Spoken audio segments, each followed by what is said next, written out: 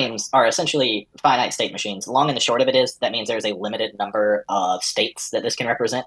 So you can have four buttons with up to, or oh yeah, four buttons, and then each of those four buttons can kind of have their own screen and their own four buttons. So you can map out a total of 16 actions based on this. Based on this, so as we can see, we'll just kind of go through the logic side of it, just like not even thinking about code or anything like that. So we have this frame here that presents us with the four options that we've identified that we have. Click the button. What's going to happen is, so this button has an action associated with it. Yeah, the Farcaster docs basically say that each one of these buttons can correspond to like a call you can make to your own server, and then that call can respond with an image. So we'll see that here. We are clicking on the Samoa's option. So this actually uses, well, I'm not sure what it uses, but they're probably using this one package called Satori. So you actually can generate dynamic images as a response, and that's what it looks like is going on here. So I'm going to click the +1 button. It's going to round trip to the server and then respond with an image that it says 0 instead of 1, but the rest of the image is most likely static. So we click that one and boom, it blurs out for a second. While the request, we can actually even look at the network tab here too. So we can do that one more time. Close that. Oh, it's just refreshing it. Whatever. Anywho, so press +1, so it's calling their API here. Let's see what the payload is, just to have a look. Ooh, payload. This has like my device ID, user ID, got under 3K gang on the FID. Other information as far as like session IDs, timestamps. Looks like a nonce or an event ID, something along those lines. So that sent it. Let's see, what was the payload? Did they have anything? So yeah, that was the payload. Response was success. The cast frame action. So this is so after you hit the button, you're getting a result if it was successful, and then it takes that next frame that this person is rendering on the server, it processes it for you. You can see that vNext. You know, it's just a magic value that signals to Farcaster you want to do your thing, and embed a frame. You get the image URL that we were talking about before, and it is dynamic here. So yeah, this is a server rendered image with that's taking in some request params of cookie, and that's the cookie type and the quantity. So that's actually how it's rendering it. So it's sending this along with the request to the server, and it's just appending our information here onto the URL. So that's how we get which cookie we have, and then the number of cookies in our cart. So, and then we have our buttons. Let's see, -1 is a type of post. So post corresponds in this case to the HTTP verb post, which is how you send data across the wall. It's one of the ways you can send data across the wire to your server. So you're posting here. Basically, this is the text title that shows up. That's -1. And same thing here. Index of 2 is +1, 3, menu, 4, cart. Let's see what happens when we hit cart. Boom, cast frame API action. So we can see here, same thing. And this is just the server responding with that image. This is the URL that we posted to get this response. And you can see it's /API/cart. And then the cart only has one button, which is choose more cookies. And then this will fire off a post request to their server again. I really hate how much that is in the background. Jeez. Anywho, so we can go back to the main screen. So we click that post URL. Oops, actually, I have a typo here. I'm surprised that works. So yeah, you click on this, you send it order, and it looks like you're sending along with your order. Yeah, the cookie detail, which is what we looked at before, the type of cookie and the quantity. It knows how many we have, and that's basically it. We can minus, which will send. It knows, we click the -1 button, and we have the quantity here in the URL, so we know what to do with the quantity. Let's see what happens if we go to 0. See if it'll let us go out of bounds. Doesn't look like it. Doesn't look like it freaked out or anything like that. So good on them. Yeah. But so yeah. This is like this is an e-commerce kind of like platform, obviously, right? So, and this is obviously, again, the whole thing is like, what, 4 days old, whatever. Yep. And the e-commerce was literally just introduced yesterday. So obviously there's tons of different like use cases for this, right? Like people can use this as an artist just to like display their artwork, display their portfolio. You could like mint NFTs. So what are hour and a half-ish. Yeah, my plan for today was to just start from 0. I haven't actually, I've been looking at the docs. I'm going to stop saying actually, I swear. Anywho, so yeah, I've already looked at the docs. I haven't written any code yet. I figure we'd all chew that glass together. Okay. I have a repo for us to look at just to get you going. You don't have to worry about setting anything up. Then we'll go through installing dependencies. Or maybe we even need to start before that as far as installing Node on your target machine. We will be using JavaScript. We will be doing server-side JavaScript a little bit, just ever so slightly. So we will need Node.js. And yeah, we're at the top of the hour, so probably a good time to do that. Let me So we're just gonna give you enough of a foundation that you can take what we do and copy it into Next if you were so inclined, basically, because it is kind of more or less web standard stuff. Yeah, no, I'm good with that. Bix was talking about maybe using some of the information to get the Nouns coding club going. Who knows? But yeah, record it for posterity. I mean, it's a public good that folks that who don't want to jump into a starter kit that has 8 layers of abstraction, off rip. I can't imagine as someone who was just interested in frames and maybe know a little HTML and JS trying to jump into a whole Next project and making that do anything for them. So first thing we'll do, check. Actually, see projects. Make my font bigger here. Let's see. We'll make directory frame workshop. Wait, is this in your terminal? Yes. Lost all my shortcuts recently. Frame. So if I did the same thing, am I gonna have like CD projects? What's that? Oh, that's just my. Okay, so yeah, first thing. Sorry, I forget how much just like intrinsic context there is to doing these things. Yeah, so you want to open up your terminal. If you're on Windows, you can either use command prompt. I'm pretty familiar with that from my Windows days, or PowerShell, but I am a lot less familiar with that. So feel free to do whatever works for you. On Mac, you just want to open up terminal. Okay. Yeah, that's it. And then as you shit, I haven't opened regular terminal in a while. Where does it start you out at? Looks like it starts you out in your home directory. That's pretty normal. So your home directory, I don't think I have anything terrible in here. So yeah, this is where like terminal in the Visual Studio Basic or whatever. Yeah, you could also use it in there. Same thing. That would actually probably be better for most folks, rather than. Thanks for that. Yeah, if you don't want to use your terminal app independently from the code editor, the terminal or the code editor also embeds like the terminal program from your system, so you're good on that. So on Mac, it's going to drop you into your home directory. Vix, you're asking like, what is /projects? Projects is just a directory, like a folder that I have on my computer in this folder, basically. So. Okay, so if I just do the next the VSC, right, Visual Studio Code, and then I just click in here. I have like this project up that I was already kind of doing, so I'm just going to click New Window, right, and then start from scratch here. Yep, you can do New Window. The front end stuff will work. Okay, yeah, so New Window. New file. Yeah, I never do it this way. I'm sorry. You guys might know more about how to do it with the user interface than I do.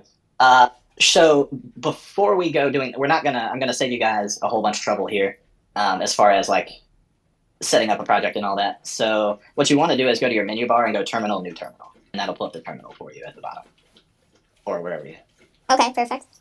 Cool. And if you have any issues, just feel free to interrupt. Not too many of us, so we can keep it simple. Oh yeah, Visual Studio Code. All right, cool. So is everyone? If anyone is not in their terminal, say so. Splendid. All right, so I'm just gonna minimize this for now. So what we want to do, and I'll drop the link.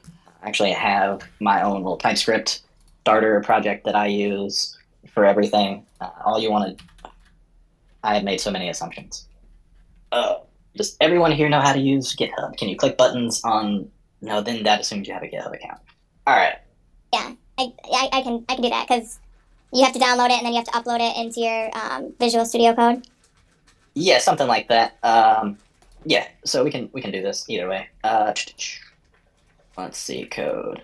This is going to be what most folks have.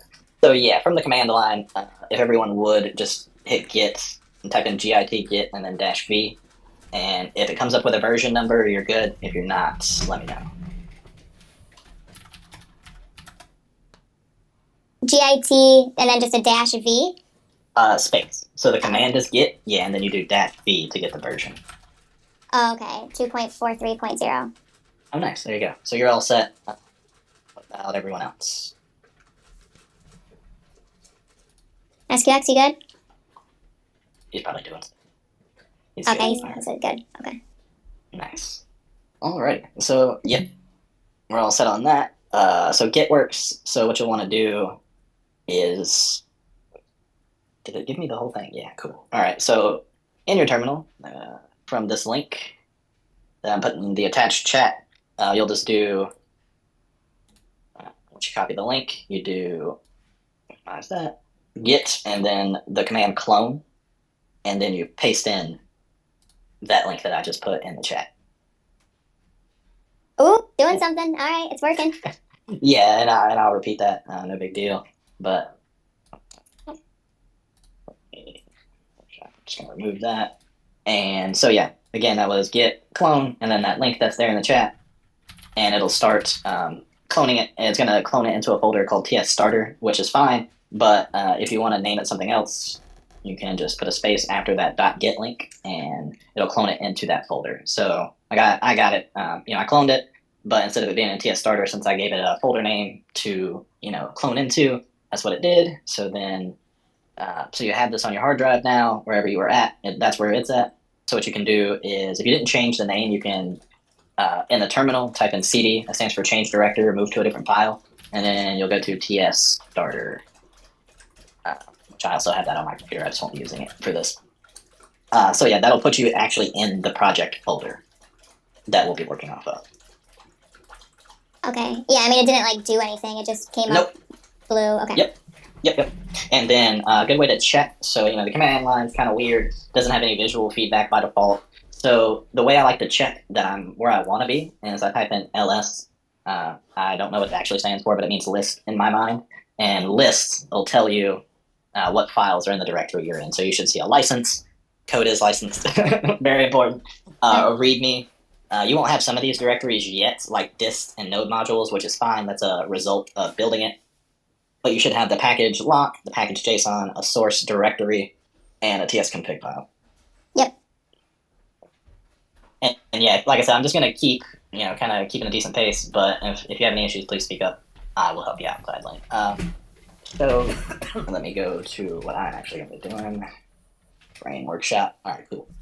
So what we want to do here is we want to check if we have Node.js installed. So we'll just hit Node V, and actually, I want to use 20.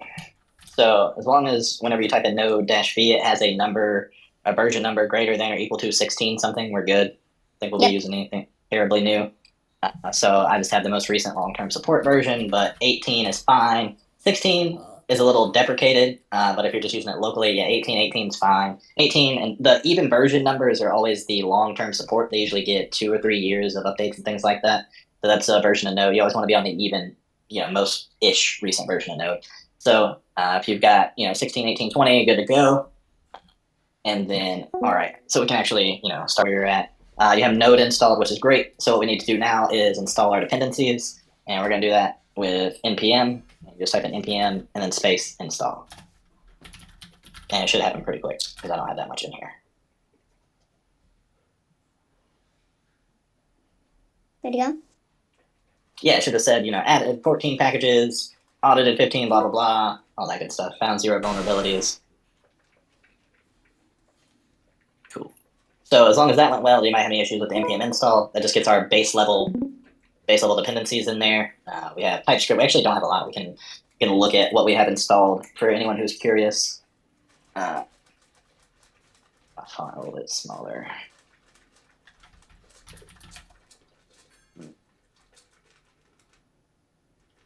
So yeah, don't worry about that. So yeah, we have our package file, which just I made my font giant. Sorry, I'm gonna turn it down just a little bit. You guys can still see that, okay? Yeah, how did you get there? Because I'm in the terminal of the VSC, and the terminal's fine. But then how do I get where you see all the stuff on the the left and the right, like it's an actual working window?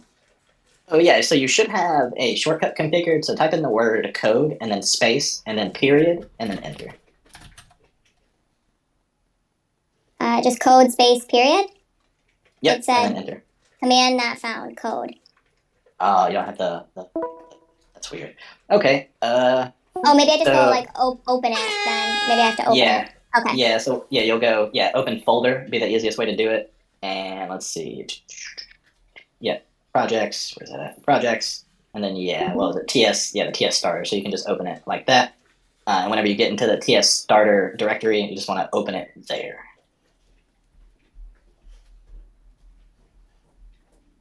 Okay, now I see all your stuff. Okay.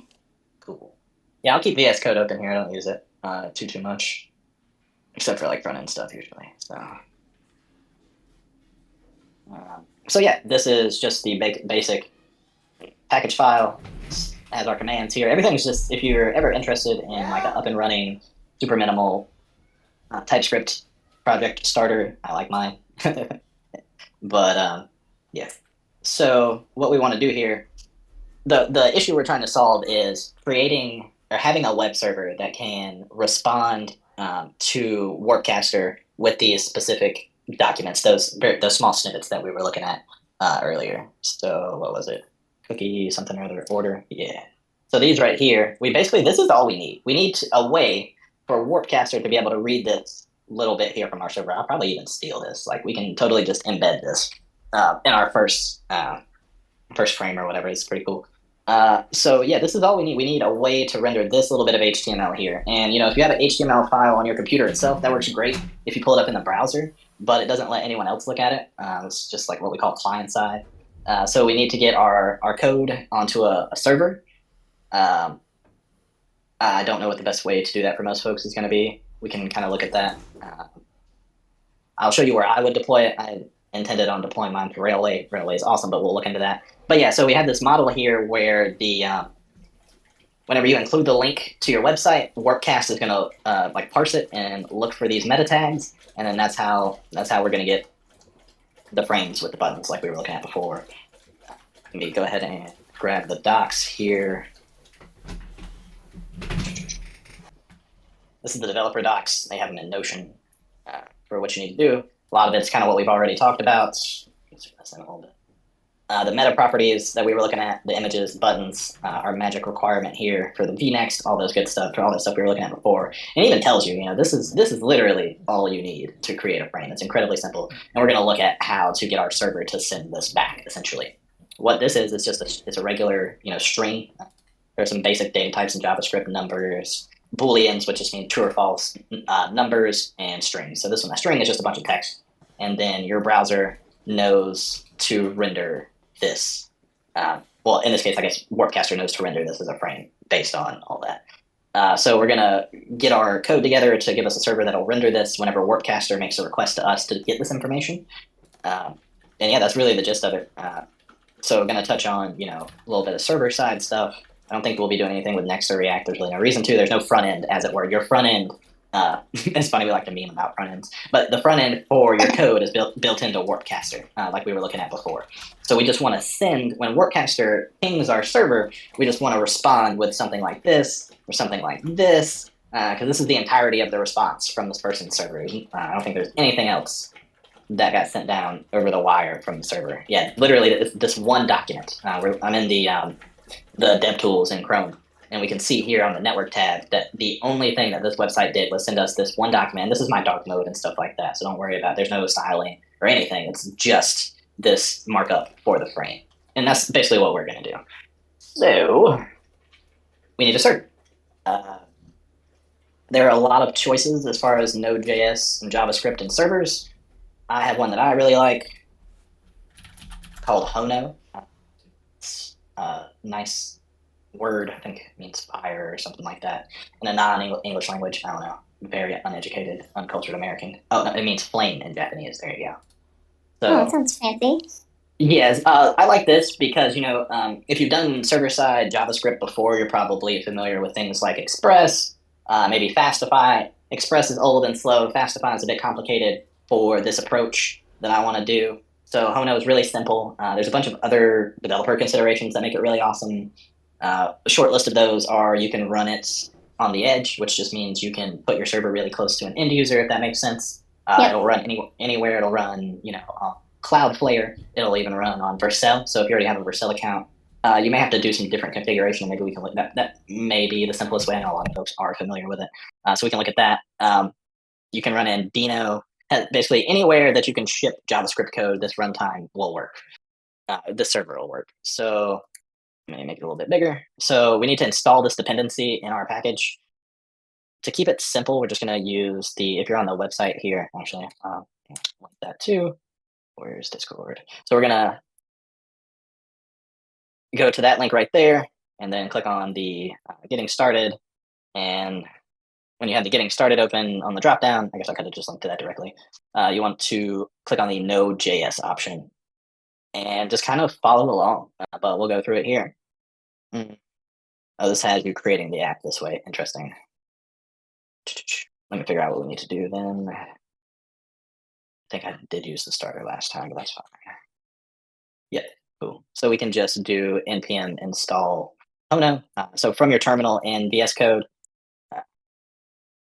just do it like that. From your terminal in VS Code, you go npm I for install, or you can type out install if you're so inclined, and then just Hono, Hono, and that'll get everything we need to set up a server, which is really awesome. It's pretty straightforward. Well, I'm sorry. Oh I shouldn't say wow. that. So that's But kind of crazy. So this Hono just it like automatically just knows. So like, what if I don't know, like what if someone misspelled something and did like HOJO whatever, and that was like a whole different like thing. They would just install something without knowing. yes, Okay. potentially. So if there's I have misspelled and malicious people will do stuff like that. So yes, you could in fact install the wrong dependency if you go npm install a package name that actually exists. Yeah. Okay. So That's interesting. yeah, it doesn't look like there's anything called Hojo specifically, but there is something pretty close. So I mean, it is possible that you could do that. But yeah, if that package exists on npm and you type it in there, it will install it, whether that's what you meant to do or not. Oh wow. Okay. Well, we got Hono. We're good. Yep. And then we can jump back to the docs here. So we have our little hello world example that we can look at. Let me just go back to the terminal here. So status. Cool. Yep, that's it.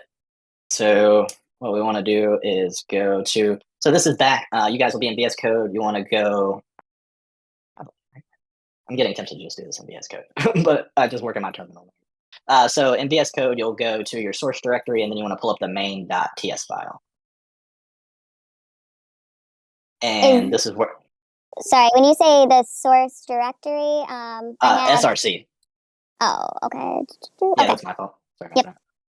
All right, so I'm gonna delete that. Okay, cool. So this right now is just a turbo basic make Node.js print the term or the words hello world to your console, but you still need a way to do that. So if you're looking in VS Code, you can open your terminal again down here at the bottom, and then what we'll do right here, whoa, way too big.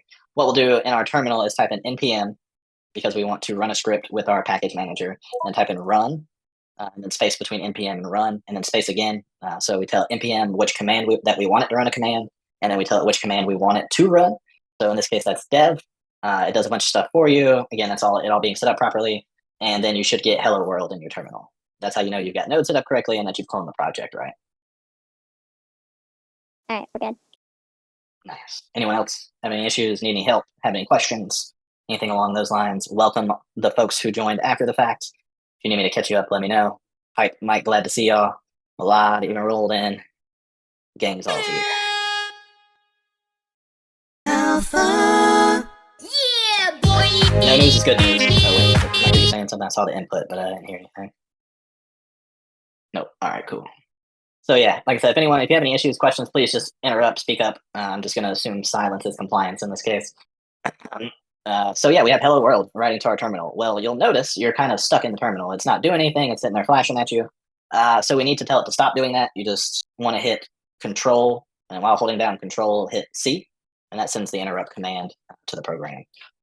So yeah, that'll put you back in your regular terminal. You don't need to do anything else just yet, but whenever you want to see your code or you want to run your code, you go to the terminal, type in npm run dev, and it'll run whatever's in this main.ts file here for you. So I could change it to, and it's watching. So we don't have to reload the file every time. We could say gm will announce. Cool. And then boom, gm will announce. So yeah, you can make that say whatever you want, and now you're a certified hacker. So there you go. Nice. So and we can actually look at the code here. We can look at the code here. We're declaring a function. The function name is main. That's just convention. Nothing that I've really done here as far as naming matters. You can call stuff literally anything, and I mean that literally anything, and then call the function right here. So yeah, you have your function. This is a keyword. This tells JavaScript that you're going to give it a name and then potentially some other stuff. So we have the name, which is just basically any series of characters. There are some limitations, such as I don't think this can be a number. Yeah, off rip, it has to start with a letter. Some other restrictions, but just generally you can pretty much call it anything with letters. I don't think you can have dashes in here either, no, or slashes or any of that. So typically in JavaScript we use camel case, which is where we separate words by capitalization. It's pretty good. Some other stuff like Rust will use like dash case, also fine. But if you want to follow, you can't use dash case for like function names and things like that in JavaScript. So just use camel case. Simple enough. So cool. We've got GNL nouns. We're running our function. Let me run this back. Save it. Okay.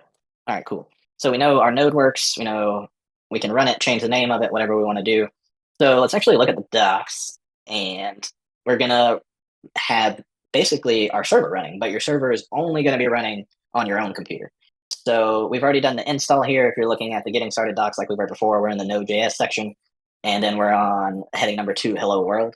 So you can type it out, you can copy it, doesn't really matter. I'm just going to copy it because it's all boilerplate. Like, you're not getting any smarter writing this kind of code. Oh, interesting. Well, we'll go through this together too because I forgot to install dependency. Excuse me. So you can copy and paste this code, and if you've done what I've told you, you should actually get an error. Let's see. This error says module not found, and we got some red squigglies. So that's my fault. I forgot to install, or have you all also install the node adapter. Don't worry about it too much. It's just what makes this code run on our node server. So what we can do here is we can, in this string after the input, or I'm sorry, the imports, we can just grab this and install it. So what that means is we'll go npm I, and then the package name, or you could type it out if you wanted to, I guess, but you just want to put it exactly as it is with the red squiggly, node-server, and then this will install everything now, for real this time, that we need, and then the red squiggly goes away because it can now do what it needs to do. So we're importing our node server, we're importing Hono itself, which is going to take care of getting us online and everything like that. So those are our imports. So this is code of somebody else's that we're pulling into our application. Someone else was awesome and made it, put this code on npm. We can use it, make all of our application servers with it, and everything like that. So, distracted. We should All right, send them so a yeah, fruit basket. Yeah, I mean, open source is comically underfunded for the amount of people that use it. So yeah, if you like Hono, go support the developers on GitHub. They would probably really appreciate it. Whenever anyone gets paid for open source work, they're always very genuinely surprised. It's very nice because no one is expecting it. So yeah, we're bringing in the code from our other application, or I'm sorry, someone else's code to our application. What we're doing here is making use of that imported code. So we are declaring a variable and assigning it to Hono, which gives us basically all the functionality of Hono. We can do everything we need to do based on this new app variable that we're declaring. And as we can see right here, we're taking the app, and this again is very implicit. If you've done web dev before on the server side, you probably recognize this. What it's doing here is taking one of the HTTP verbs. For those that are unfamiliar, HTTP verbs, the request method. Basically, there is a specified way that HTTP servers request response clients and servers deal with each other. They have these verbs like get. Well, I guess they're not all verbs, but most of the ones you're going to be using: post, put, delete. These all are all indicative of an action that you intend to execute. So the ones you don't usually see are your get requests. These are whenever you go to Google. Whenever you go to Google, that's actually sending a GET request. It's getting data for you. So you typically won't see those too much in your day-to-day life, like visibly at least. You'll interact with them all the time. Anytime you pull up a website, there is a server responding to a GET request to your browser. Oh, you were going to use API calls? Is that you'd have to do that? Like if you wanted to request, and it would respond. If that route exists, if the address that you've specified exists, it will respond to you with whatever data it has. So GET's a big one. Head, you don't really have to worry about too much, although that one is handy. Post is whenever you want to put, not put, because there is a put. And some of these are just actually semantics, but post is whenever you want to send data across the wire to a server, typically. As you can see here, it says it submits an entity to the specified resource. So that's kind of vague here. Typically what we're talking about, an entity, if you're talking about like front-end, back-end, development, normal web dev, you're sending a bunch of strings, basically, that are encoded a certain way. And usually those strings are used to render your UI, the data in your UI specifically. So yeah, this basically just says you're sending data across the wire to a specified server is how you can think of it. And then often causing a change in state or side effects. Basically, you're sending data to a server and something might happen because of it is the long and the short of this. And then like put, I think is pretty similar to post, but it is semantically different and it does technically mean a different thing, but yeah, they're kind of used interchangeably in a lot of places. I don't necessarily know if that's a good thing or not, but it is what it is. But yeah, in theory, if you're doing a put, you should be replacing all representations of a piece of data. Doesn't really matter. Um, and another big one is delete. So, if you've ever deleted, something off your to-do list or something along those lines, it probably just sent a delete method to the server and sent along like the ID of it. So those are like the super basic HTTP request. Like the whole web works like this. If you understand this, you kind of understand like a fundamental part of how the internet communicates is with these request methods. So all of that to say, what we're doing here is we're instantiating our new app server. We're setting up the server to respond to a GET request, which we saw that over here. Basically, it's going to give us some specified information. And so we go app.get, and that sets it up to take this specific sort of request. The slash here refers to the root route, or if you went to Google, that page we saw that first loads up. So if someone were to go to, I don't know, mulf.wtf, that's my personal website. If someone were to go there, this was set up there. It would respond with this hello node. It's just the URL of a given resource without anything after it. It's the home or the root route as it's known. So we take that. This is just like the address specifier. So when we'll look at this, we could have it set up as like slash or slash API, and that would be a thing. We probably will do that just to differentiate between like server actions and client side stuff. So yeah, anywho, we're setting it up for the root route. This is a function, so probably a callback function, that gets executed whenever someone makes a GET request to the home route of our server. And right now, it's just going to respond with hello Node.js. So that's kind of what's packed into that line right there. Is we're setting up our app server to handle to provide data to someone. Could be anyone, could be a user, could be a server, whatever. We're saying with this GET method that we want to give you something. So come get it from us, basically. And then, yeah, just passing in the C is... context is kind of hard to explain. Context has a lot of the built-in functions of this code that we're importing with Hono, and we'll dig a little bit more into that as we go on. But it just has a lot of helpful methods, and it has a lot of functionality built into it. It's a lot of the functionality that we're getting from Hono here. So as you can see, it's taking this context object and saying we're going to send a plain text response, and that plain text response is going to be hello Node.js.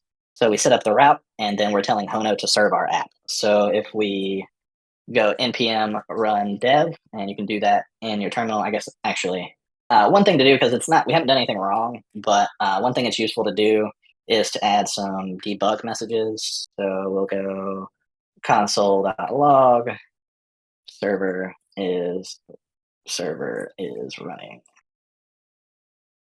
Save. And boom, npm run dev, our server is running. So right now what's going to happen, I think it defaults to port 3000. Let's have a look.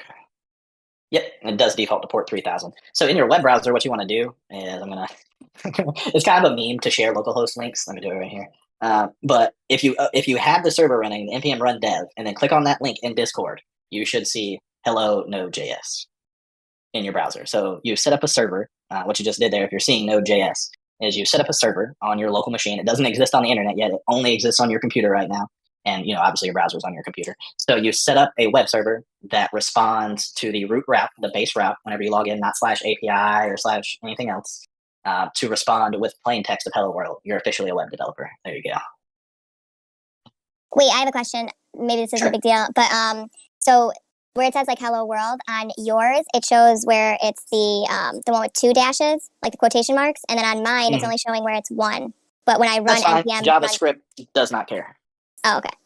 Yeah, that's a great point. Another fun, and I'm saying that with air quotes, another fun part of JavaScript is it doesn't care whether you use single or double quotes, but but you can't embed one inside, or I'm sorry, you can use one inside of the other. So if I came in here, and that's kind of tricky too, because if you put like an apostrophe in a string, you have to escape it and things like that. But as long as you're using one or the other and not them together, it's fine. Okay, so I just tried to click the link that you sent, and then it's just giving me like localhost -3000, and then the site can't be reached. Okay, what are you seeing whenever you in your terminal? Does it say? Is it do it when you hit npm run dev? It says hello world. Okay, so did you miss the part where we copy and pasted this? I think you may have.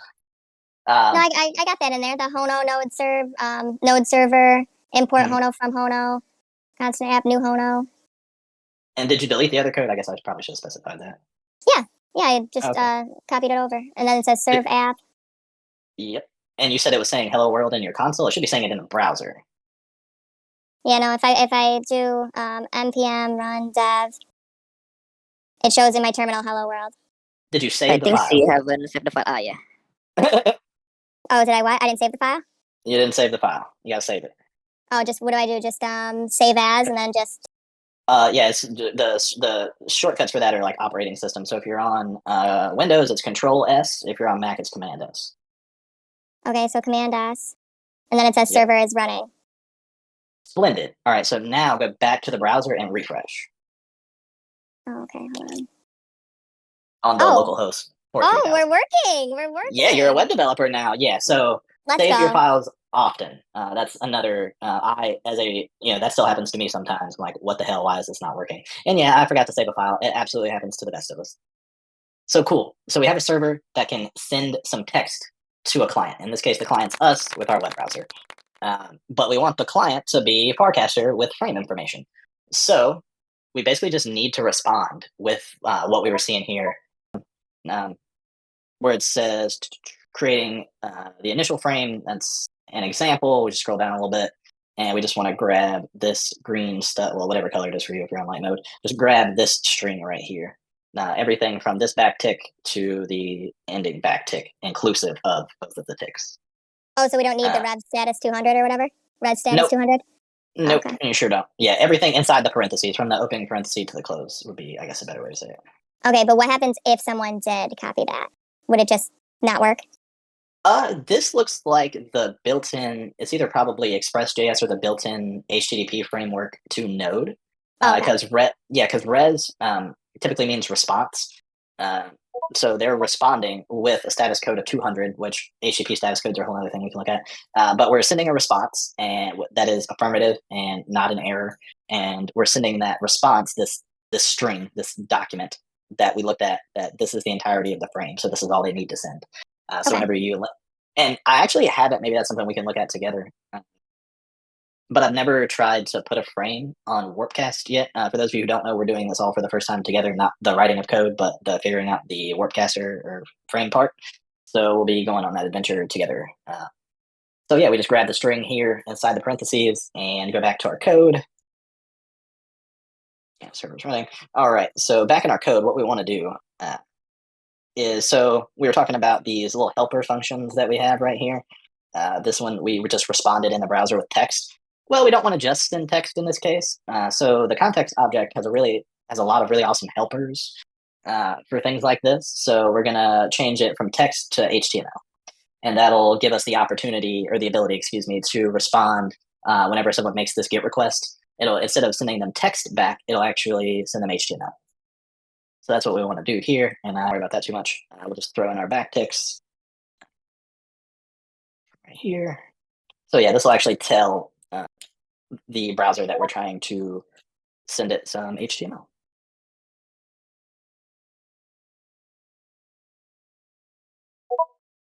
And I put that outside.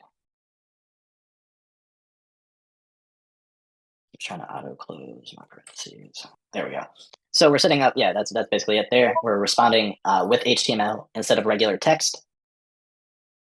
And this is just the doc type, basic HTML information. What I do want to do here is grab an image just for our initial proof of concept.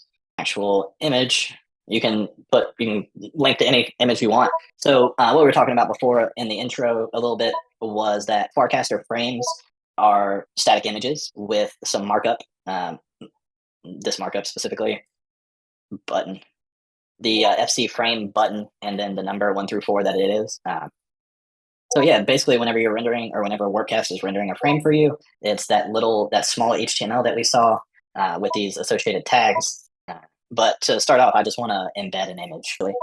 So what we have here is what I think is the absolute basics first. Yeah, this is the absolute basics with sending the frame, the vnext, the content, and then this is under the creating the initial frame section of the docs. We're just not going to make buttons for right now. We can, and we'll get there. I just kind of want to test it incrementally to see if I've totally screwed up yet or not. It's entirely possible. So yeah, we're just going to include these top two here because it's going to be static. We're not necessarily interested in any kind of responses dealing with users or anything like that right now. So Oh. this, Can you post the URL that you got of that image just so I can stick that in as well?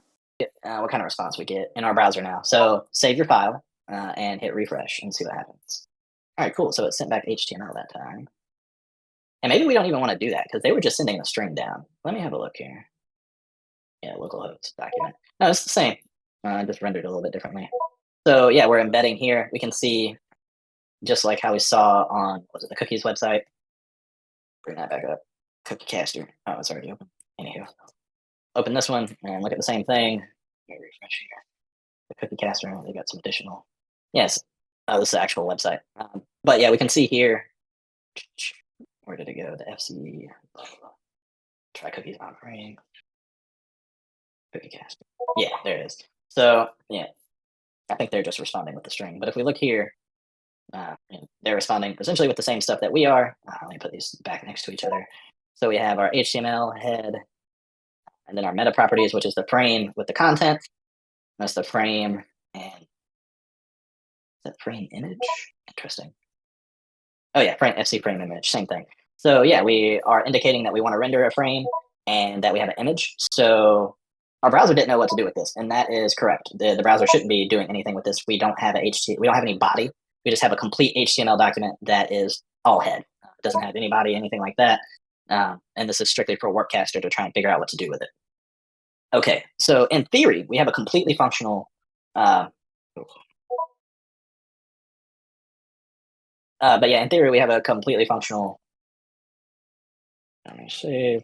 Frame. It's totally static and boring and does nothing. Can't respond. Doesn't have any buttons, but we have a frame. So this is the part where it gets a little bit trickier. So if you refresh your page and you get this blank screen, you're doing the right thing. I'm interested in HTML back. And that's good. That means it's not just rendering the text. That means our back end and our front end, it picked up our change. It's not just spitting back out that plain text. But this is the part I was talking about before where we have to figure out where we're going to host it. Because Workcast can't right now, it can't query our server because our server only exists on our machine and it needs to be available on the wider internet. So there's not really a turbo super simple way for me to do this. I'm just going to use my provider of choice, and you can do the same thing. Can't really use Vercel because they're looking for API routes. I guess you could restructure the folders, but I haven't used Vercel for API stuff in a while. Wait. So Yes, I am personally a really big fan of Railway for my infrastructure stuff. I endure AWS at work because I have to. But yeah, for launching my one-off stuff, it's either this or Fly, but Fly's a lot more complicated. So yeah, long and the short of it is pick a hosting provider. If you just want to take my recommendation, it's railway.app. If you have a GitHub account, you can have a Railway account, or you can sign up without it, but I recommend linking your GitHub just so you can do a very easy wire it all up and get it shipped.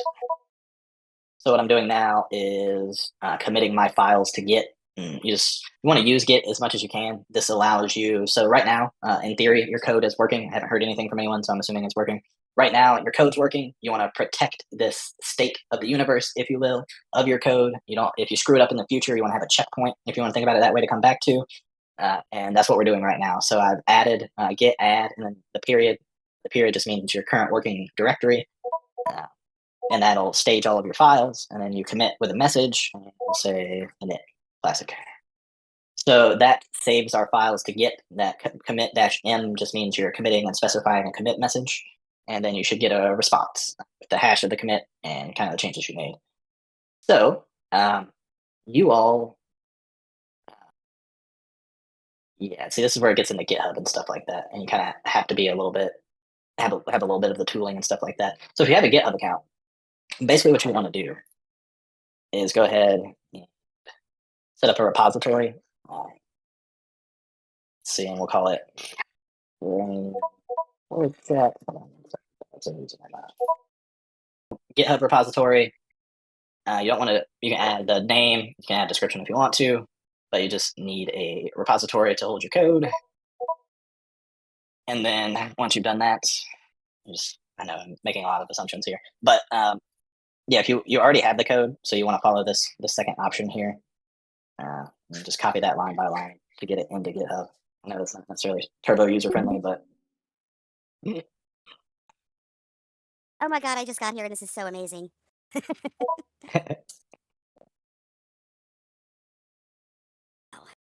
Where are you? Alpha! Yes.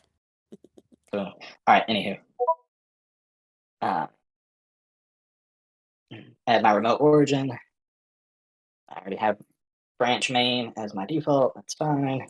Oh, Zargs, just to catch up, we're going over like the frame stuff. So we went over the docs, and essentially we were kind of just going through like step by step in how to do stuff. So Yeah, we're almost to our first, static frame here. So once you have your GitHub repo hooked up and you pushed your code, that's everything we just did. You should have a README from the TS starter stuff and all that. And you put So if all it the looks, links in the chat, and I love you. Thank you. Are we recording this? I think so. And thank you, BixBite. Also. So yeah, basically where we're at right now is we've written. It's a good place to recap. I'm sorry, I'm not over here right now. Over here. So what we've done here is we followed the Farcaster docs and set up our own little server as far as being able to render the most basic, incredibly static frame that you'll probably ever see on Warpcaster. But this is just sending some information over the wire uh, with the specified tags that are in the frame specification. And we're just using these top two right here because we're not going to put buttons on here just yet. We can look at doing that here in a sec. But yeah, we just at least want to be able to get something in a frame at this point. And maybe for like a follow-up session, because we are nearing like the time here at the half hour, we can look at maybe adding buttons. We can make it into like a series or something. It doesn't necessarily keep up with the hype meta right now, but we're focused on, kind of the in-between stuff, getting your hosting, getting your GitHub, all that good stuff. So just depending on where we end up. So with all that said, we have our very basic document that we want to render our frame.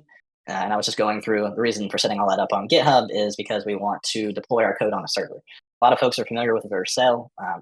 It'll take a little bit of additional config, and we can look at that maybe a bit later. It takes a little bit of additional config to get an API up and running. You just have to have stuff in a specific folder, I think. I don't remember exactly how it's supposed to be structured. But I'm just going to use Railway. You can find them at railway.app. If you have a GitHub account, you can have a Railway account. Just gone through the new project flow here. And the reason that I set up the GitHub repo was to be able to do this. And what do we call it? Frame workshop, boom. And then we just hit deploy now. And Railway is awesome. This should be up in like 2 minutes or so. But yeah, this will, and then we should, as long as I understand correctly, all we should have to do is take this link that Railway is going to give us, because it's going to, another reason, I pay them, but they don't pay me anything, just to be clear. But the reason why they're good is they're kind of all in one. They'll give you a URL. You don't have to have your own domain. The free tier is reasonably generous. Yeah, just stuff like that. So if you're interested in a pretty off the shelf server solution that you can just hook up to your GitHub repo, this is the one. Oh wow, since we're active already, that was expeditious. And so we see here in our deploy logs that our server is running. Where is my domain name? Should have one. There. Oh yeah, here we go. Generate domain. So this will just give us. So this is our frame workshop. Oh, and it gave me production because I'm fancy, I guess. So we should just get the white page. Interesting, what's going on here? Nothing yet. Let's hit refresh. Interesting. What is going on? 404. Says there's nothing here yet. Interesting. Probably have something wrong in my config or something along those lines. But Or maybe it hasn't generated everything yet. It seems so fast. that was incredibly quick. Very interesting. Yeah, it's a frame workshop main. Yep, main source. Let me try a few things. Build. Oh yeah. Mm-hmm. Yeah. Railway. Work. Public network. Yep, has to bind. Yep. Process.env.port or 3000. Yep. So we'll need to make a quick tweak to our config, change the port number.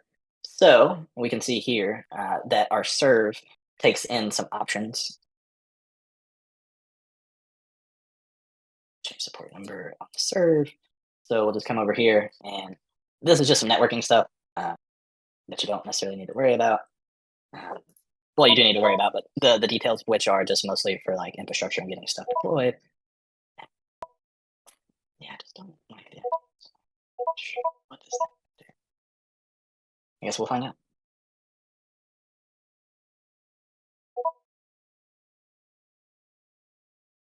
No idea what that is.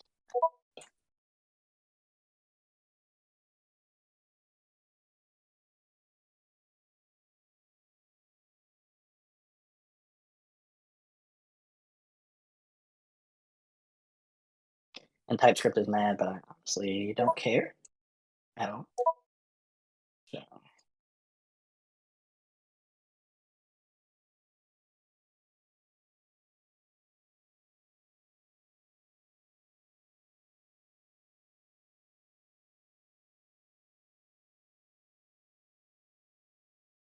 Alright, let's see if that did it. Variable port 3000 and add deploy.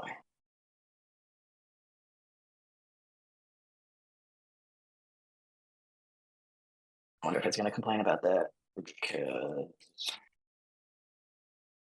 yeah, of course.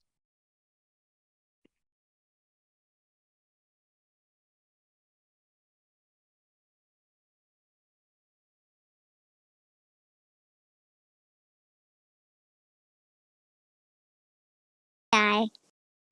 Right? Well, I mean, I literally built the thing to write people props on with AI. Oh yeah, that reminds me. I'm gonna shield myself right now for a little bit. Anyone who is a gardener, I would really appreciate your vote. I built Nouns GPT, which some of you may be familiar with, some of you may not be familiar with, but it's trained on actual on-chain proposal data, um, and it knows the outcomes. So if a proposal was successful or not successful, and then everything that was in the prop information, all that was uploaded to the GPT as it's not training information because you're not like actually training it, but it's like context that's provided to the GPT. So if you need help, you could use it for prop house. I'm sure there's a lot of overlap there. It's specifically trained off noun style proper information. If you supply it with your idea for a prop that you want to go on chain with, or can get someone to sponsor you to go on chain with, it does a pretty great job. Honestly, I'm surprised because it's got that information and it's told to focus on helping people write props. So if it actually wasn't me this time. All right, so let's see if putting this in Warpcaster does what it's supposed to do. So I'm going to cast Brain Workshop Test. I wonder what you're going to hear. I don't bother anybody with that. Cast. Do I need to do something special to let it know? Maybe I do. Maybe I shouldn't just ship it. But Warpcast embed tools? Do we have tools? I Dun, like dun, dun. tools. Oh, He's got the alpha soundboard. there we go.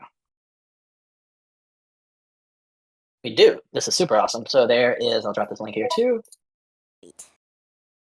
Boom. And this is to debug your embeds. That's a beautiful thing. Yeah. Oh, I'm pasting their link in there. Man. All right. Anywho. Close up some of these. Hey. All right. We're working. Grab this. That clearly is not working. Frames. Interesting. So we have missed something, apparently. I wonder if it's because I sent it as HTML instead of text.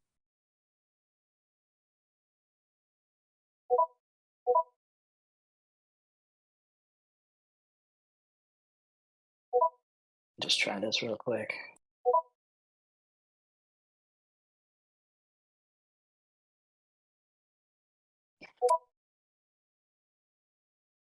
Okay, and because Railway is awesome, it'll go ahead and redeploy it for us automatically.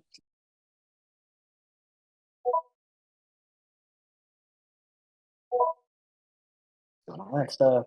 Let's see if our deploy logs come up. Mm-hmm. Publish time. Where are we?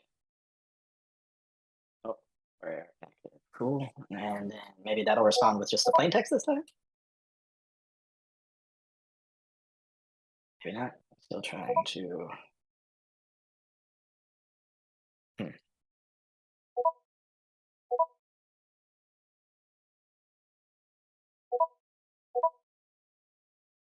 Maybe it just takes a minute. Should have responded with plain text. Failed to respond. All right, it's probably there. It is. All right, cool. So yeah, this is the same thing. So it does have to be text. So for those of you following along, I was mistaken. We do actually need to send text instead of HTML. So instead of it being C, it was where it was initially. Isn't that always how it goes? Would have been fine if I hadn't changed it. So if you had C.html, you want to do C.text to make sure Farcaster knows what to do with it. I assumed incorrectly on that one. Let's try this again. Still nothing. Interesting. What are we missing? So we've got the Farcaster frame and the image. FC frame, content v next, image. What are we missing here? Let's see. I use next. Let's see. This will be probably on page. I hate trying to read any of this stuff.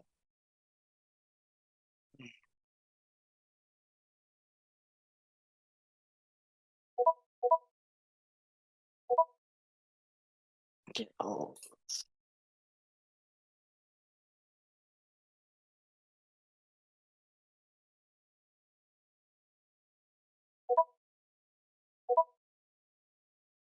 Here it is.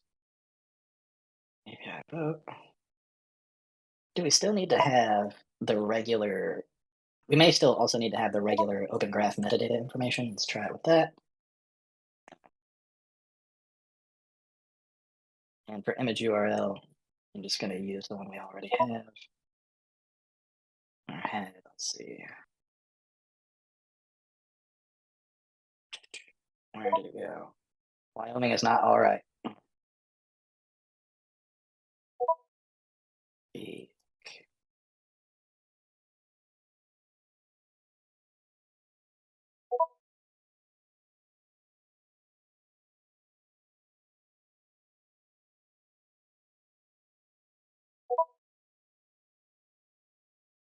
So apparently you can't just submit the absolute minimum, which is crazy. I guess maybe I misunderstood. It does, yeah, this says creating the initial frame, create it with simple open graph tabs, create a URL which returns the following metadata. Show up as a frame, blah, blah, blah.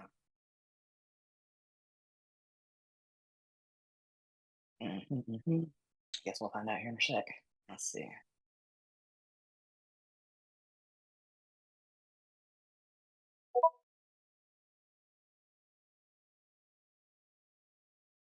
All right, so that gives us back what we want. Oh no, is it because there's so much space? But it should just be a regular. Interesting. Aha! There it is. So we did need to give it the initial OG information. So that's very interesting. Not necessarily an issue, I suppose. So yeah, we do want to also give it the regular link preview information if you're familiar with that. That's good to know.